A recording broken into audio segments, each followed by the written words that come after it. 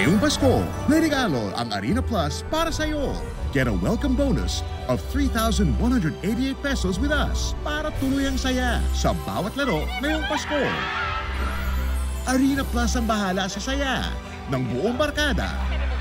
Manood ng NBA sa Arena Plus and score up to 10,000 pesos daily bonus plus a chance to win multiple bonuses. Maligayang Arena Plus ko!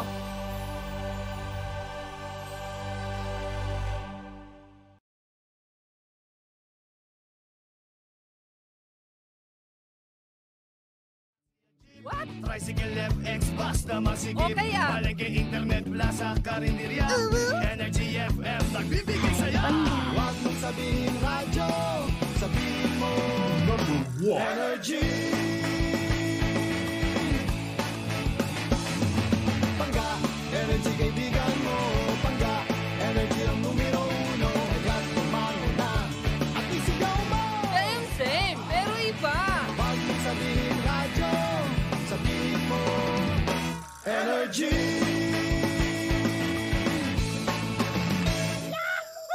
O ikaw ba Pangga ay nagpapapayat?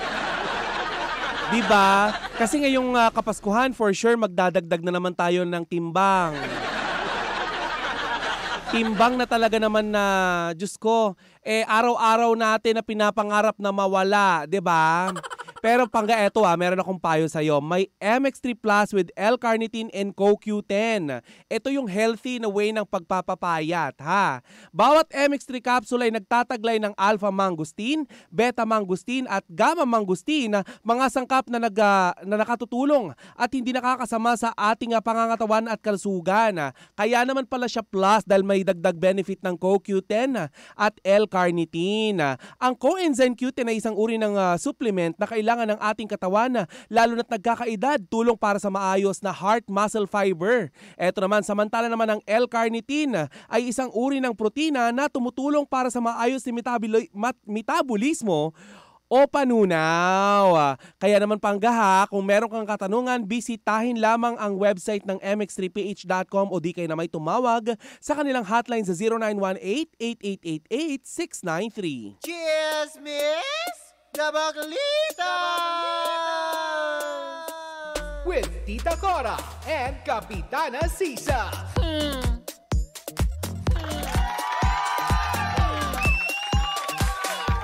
Same, pero Pangga, we are number 106.7 Energy FM. Pangga, wag mong sabihin radyo, sabihin mo magandang umaga, Metro and Mega Manila.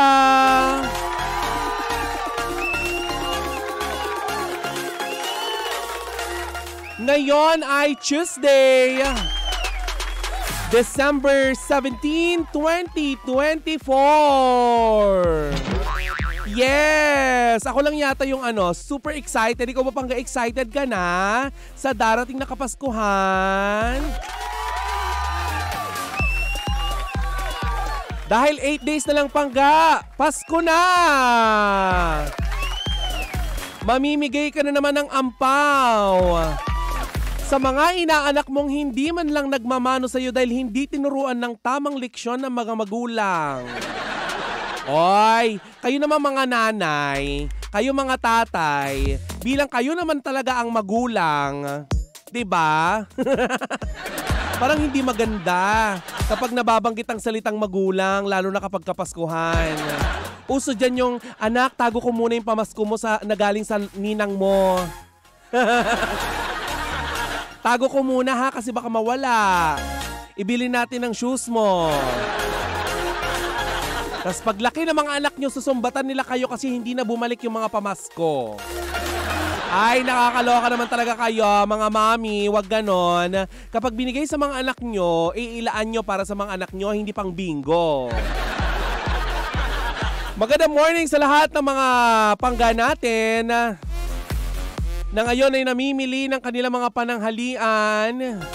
Hindi lang ng mga pananghalian, kundi nariyan sa may dapitan dahil namimili ng pangdekorasyon sa bahay para sa darating na Kapaskuhan. Ay, balita ko ay may mga tindahan riyan na medyo lang naman. nagdagdag ng konting presyo kasi nga naman tumataas yung demand. 'Di ba? Alam mo naman pagdapitan, 'di ba? Minsan, 'di ba? Alam mo naman na isang beses sa isang taon lang talaga blockbuster minsan yung dapitan. Kaya dapat samantalahin habang merong sales, 'di ba? Intindihin din naman natin kasi isang beses isang taon lang naman dagsain talaga yan ng mga tao. Ano, kayo lang 'tong nagpapasko? Hello din sa lahat ng mga misis, mga papa driver, mga baby pangga natin na papunta sa mga mall dahil sinasamantala ang mga nagbagsak presyo. Nagbagsak presyong mga bilihin. Ayan na, iulat na din ng MMDA ang pagtaas ng volume ng mga sasakyan na nasa kalsada dahil na din sa Christmas rush. Diba, itong Christmas rush talaga na ito no? Lalo na't ang mga pangunahing daanan sa Metro Manila ay may mga mall sa tabi. Alam mo sa ibang bansa, naisip ko lang, sa ibang bansa kasi yung mga mall nila nasa malalayo Wala sa daan, wala sa main road, wala sa highway. Kaya naman hindi nagkakaroon ng sobrang tinding traffic. Pero alangan naman ilipat mo yung mga naglalakihang mall na yan sa mga bukirin. Paano? Buti kung singliit lang yan ng posporo, di ba? Ay nako, pero eto pangga ha. Update muna tayo ng balitang pampalakasan hatid sa atin ng Chika sa Arena!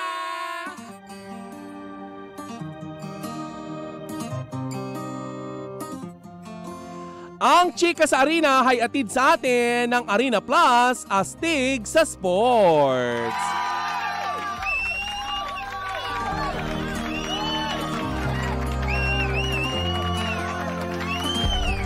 Pangga simula pa noong 2020 ay hindi natibaga ang Pilipinas sa pagiging hari sa Mobile Legends Bang Bang M-Series World Championship. At ngayong taon ay muling pinatunayan ng Onyx Philippines ang lakas ng Pinoy matapos masungkit ang ikalimang sunod na titulo para sa bansa. Sa kabuuan ay meron ng 5 championship ang Pilipinas sa M-Series bukod pa sa 2 runner-up finishes noong M3 at M4 edition at isang second runner-up finishes naman ngayong taon sa M5. Iyan na nagbigay sa Pilipinas ng kabuuang 8 top 4 finishes sa kasaysayan ng tournament. Talaga namang walang makapipigil sa lakas ng Pinoy pagdating sa esports. Diba? Nakakaloka. Samantala pangga, next target for King Archer Kevin Kiambao matapos ang runner-up finish ng De La Salle University Green Archer sa UAAP Season 87 Men's Basketball. Nitong linggo ay opisyal nang inanunsyo ni King Archer Kevin Kiambao na sasabak na siya sa Korean Basketball League bilang bahagi ng Goyong Sono Sky Gunner. Simula na ito ng panibagong yugto kay Kiambao na naglalayong maabot ang kanyang pangarap na makapasok sa NBA. Sa kanyang makulay na collegiate career ay naiuwi ni Kiambao ang 2 UAAP titles kung kaya naman hindi nakakapagtaka kung siya ay magtagumpay at maiwagayway ang bandila ng Pilipinas sa labas ng bansa. Uy, palakpakan naman natin ang ating kababayan. Nakakaloka yun in fairness kay Kevin Kiambao, talagang yung goal, di ba? Talagang kung ito yung goal mo, eto lang, hindi ka mambababae. Hay, hindi man bababae ang basketball player na ito. 'Di ba? Pero ganyan pa man pangga, eto good news din ito Muling pinatunayan ni Mark Jan Lester Galido ang kanyang husay matapos duminahin ang Tour of Guam at talunin ang 30 kalaban. Kabilang na ang defending champion na si Jaybin Yoon ng Korea para masungkit ang kanyang ika-5 titulo sa prestigyosong karera. Tinapos ni Galido ang 105-kilometer route sa loob ng 2 oras at 40 minuto na mas mabilis sa kanyang record na naitala noong 2019. Bukod sa tagumpay na ito ay magsisilbi rin itong paghahanda ni Galido para sa mas malaking hamon sa master category ng Asian Cycle Championship na gaganapin sa Thailand sa Pebrero sa susunod na taon. In fairness, At iyan ang mainit na balitang chikahan sa Arena Plus. Hatid sa atin ng Arena Plus, astig sa sports. Ang Arena Plus ay itinanghal na Best Sports Book Operator for 2024 Sigma Asian Award. Kaastig mo ang Pinoy basketball sensation sa mundo ng PBA na si Scottie Thompson.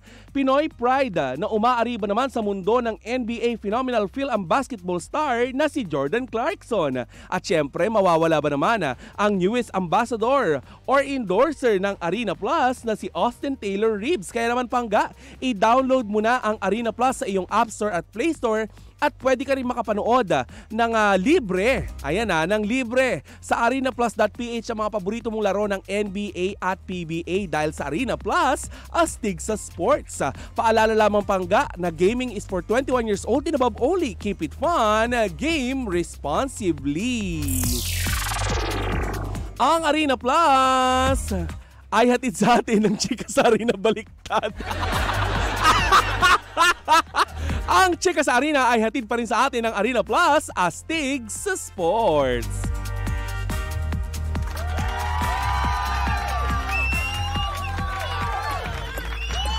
Ayan na nga, naitawid na natin ang mga balita sa pampalakasan. Kayo ba pangga ay mahilig pa rin kayo sa mga sports? Siyempre, hindi mawawala sa atin yung mga Pilipino dahil nasa atin ang boxing champ. Di ba pag nasa ibang bansa ka, pag sinabi mong, I'm from the Philippines, siyempre sasabihin na, oh, traffic. Hindi. Sabihin nila, Carlos Yulo. Pero dati Manny Pacquiao. Di ba? Kilala kasi si Manny Pacquiao. In fairness dyan kay kay Manny Pacquiao Kaya hindi ako masyadong naniniwala nung sinabi nila si Manny Pacquiao ay kakasuhan dahil dyan sa mga estafa kineso na yan. Kasi ang daming pera niyan di ba? Mayaman yan, bakla. Di naman siguro yan mga ng pera ng ibang tao, di ba? Kaya nga yan boxing champ di ba? Pero pag ito nakakalokang balita nakakalokang balita na nanonood sa atin ngayon, si Bianca Ashley. Diba? Si Liberty Alano at si Yoli Ruiz. Hello po sa lahat ng ating mga pangga sa ibayong dagat at sa buong Metro and Mega Manila na nakatutok sa atin via Facebook page, TikTok, at sa iba pang platform ng Energy FM kung saan tayo ay nagkakarinigan, nagkakapanooran. Ayan, wag na tayo magbashan, di ba? Hindi maganda yon. Daming entry me, daming ebas. Pero eto na nga panggaan nakakaloka, aware raw ang Filipina-French athlete na si Emeline Vigier. Ang ganda ng apelyido na Vigier. Kumusta yung Vigier mo?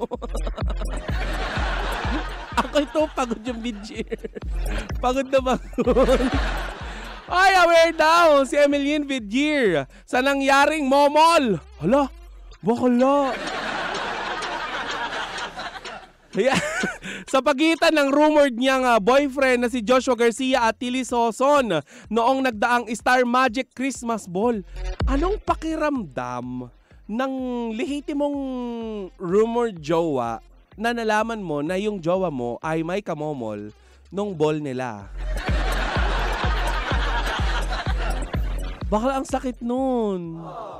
Diba? Parang wawasakin yung puso mo. Winasak mo ang Vigier. Hindi, pero ang chika nga, nitong si Papa O.O.G. Diaz, ayun na naman, ang reyna ng hiwalayan. Ang reyna ng chismis ng hiwalayan. Ang chika nga niya, sa nakalap niyang chuchu,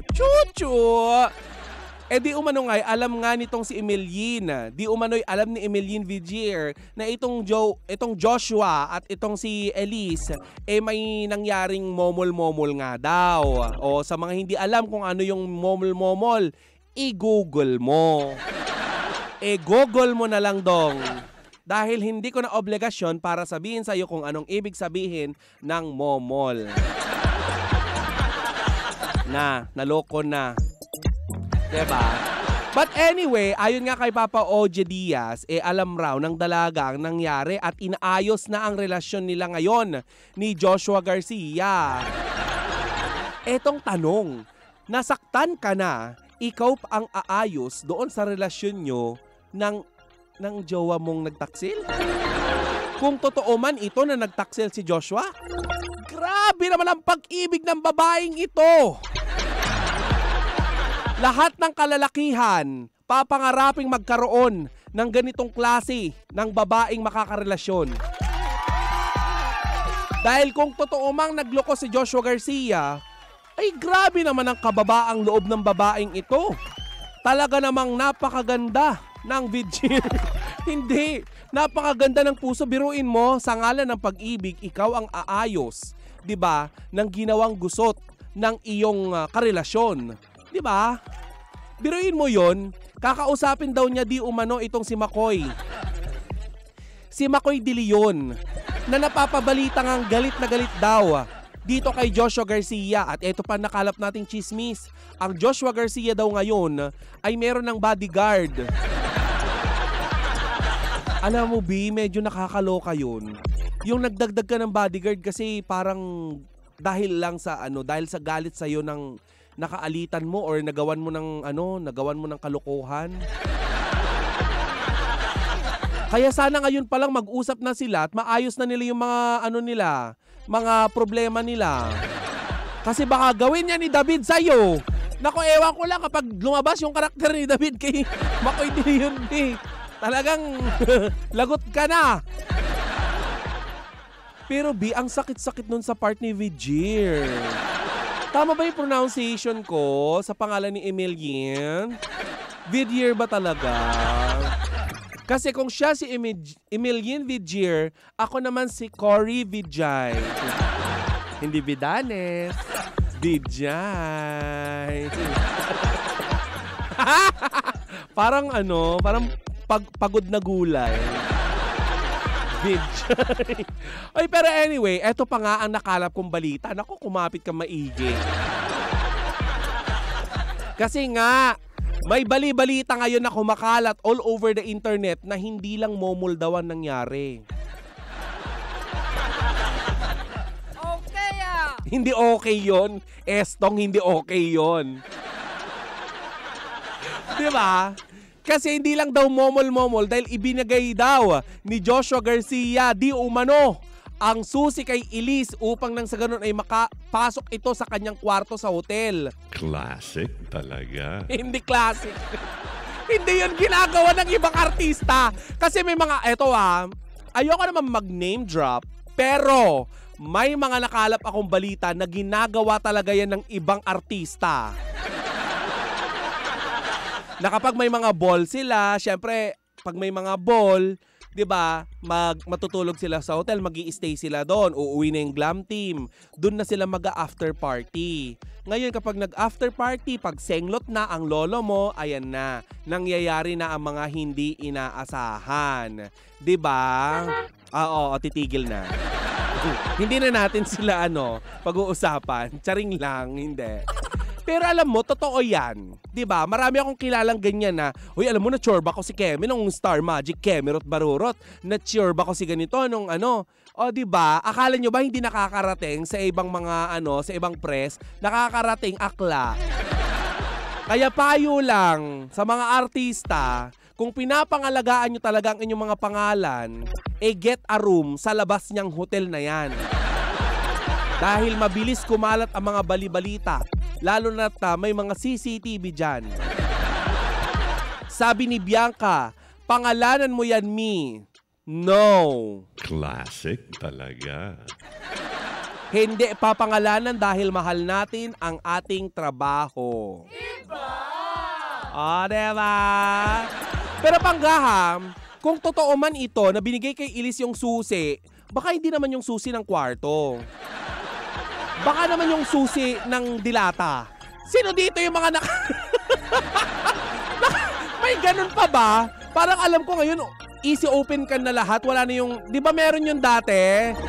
Sa mga dyan, sa mga merong mga tiyahin sa sa Amerika na nagpapadala ng mga corned beef na kesi sebo at masarap lamang kapag niluto at hindi ito kain. Di ba? Alam niyo yan, may mga taong mas masarap or mas masarap para sa kanila na kainin yung corned beef na hindi niluluto. 'Di ba? Sa amin kasi, meron kami mga tiyahin na nasa ibang bansa. Nagpapadala ng mga dilata dati na kesi sebo. Tapos, pag binuksan mo, may susi yun sa gilid, 'di ba? May susi yun sa gilid. Mga spam, 'di ba, may susi sa gilid. Ewan ko lang kung existing pa rin yung mga ganon kasi hindi ko na nakikita yung dilata dahil, 'di ba, yung chef ko na lang ang nagluluto for... Hoy, hindi ka ganun kayaman! Para magkaroon ng chef, grabe! Classic talaga. Hindi, charot-charot lang yon. Pero ganun na nga, 'di ba? Baka naman hindi yung susi ng kwartong ibinigay kay Elise. Baka naman nag-a-apply si Elise bilang valet valet parking attendant. So, sinabihan ni Joshua, oy, iparada mo yung sasakyan ko sa sa basement. Baka naman ganon, grabe naman kayo. 'Di ba? Hindi naman para pumasok para magkemehan at paputokin ng tilapia. Grabe kayo. Huwag natin pagchismisan ng buhay ng may buhay. Charot lang. Siyempre, wala tayong trabaho kapag di natin pinag-usapan yung mga yan. O sa mga nang baba sa akin, namang sinasabi niya na, yung mga chismis sila ng chismis po. Anong gagawin ko dito? Magpatugtog lang na magpatugtog? No! Etong tatandaan mo, masarap pag-usapan ang buhay ng may buhay. But not to the point na sisirain mo yung buhay ng may buhay. At hindi mo pakikialaman ang buhay ng may buhay. Kaya tayo binigyan ng tagi-isang buhay para hindi natin pakialaman ang buhay ng iba. Pero pwede nating pag-usapan. Pag-usapan lang naman. Diba? Yung mga pambansang bayani nga natin, pinag-uusapan natin yung buhay nila eh. Yung kapitbahay pa kaya? Sabi dito ni Jeff Tads, Tita Cors, papasok na kasi. Gusto kumain ng bibingka. Kasi nga, simbang gabi na. Kaya gusto nila ng bibingkat puto bongbong. Hello sa lahat ng mga kumain. Kanina madaling araw ng puto bongbong na may leche plan sa ibabaw at ginadgad na nyug. Sarap nun. Sa mga sa mga kababaeng kong Ilocano dyan, nagimas ana. Dapay margarin na, kunada. Di mo naintindihan. But anyway, sana ay maayos. Siyempre naman. Ano ba bang hihilingin natin dito? Lumala yung away. Diba? At huwag na magpang-abot kasi mga artista kayo, hinahangaan kayo ng mga kabataan. Tapos nakikita nila na may mga may mga issue kayong ganyan, diba? Hindi maganda. Hindi magandang na i-issue kayo dahil sa mga kalibordahan. Diba? Hindi maganda na we're looking up to you tapos ganyan ang mga nyo. No, darling. Siyempre disappoint with letter F. Nadi-disappoint kaming mga mga tagahanga nyo, kaya tigil-tigilan nyo na yan. Sana ay maayos nyo yan kung totoo man ang mga balitang ito. Yan ang payo ng aking Tita Cora. Ay, ang iyong Tita Cora sa unang yugto ng ating chikahan sa Baklita, siyempre. Sa ngalan ng aking partner na si Kapitana Sisa, tayo muna ay maghahanap buhay. Ayan, tayo muna ay dadako sa ilang paalala. Ayan, sa ngalan ng aking partner na si Kapitana Sisa, magsasama-sama pa tayo sa huling oras. Ayan, huling minuto. Huling yugto ng ating chikahan ngayong umagang ito. Ako ay magbabalik mamaya ha. Pero pakinggan mo muna ito. Dahil tayo pa rin ang same pero... Pangga, we are number 106.7 Energy FM. Pangga, ulit, Pangga. Ayan, paulit-ulit tayo, Pangga. Huwag mong sabihin radyo, sabihin mo... Energy! Bini! Kantahin mo na yan!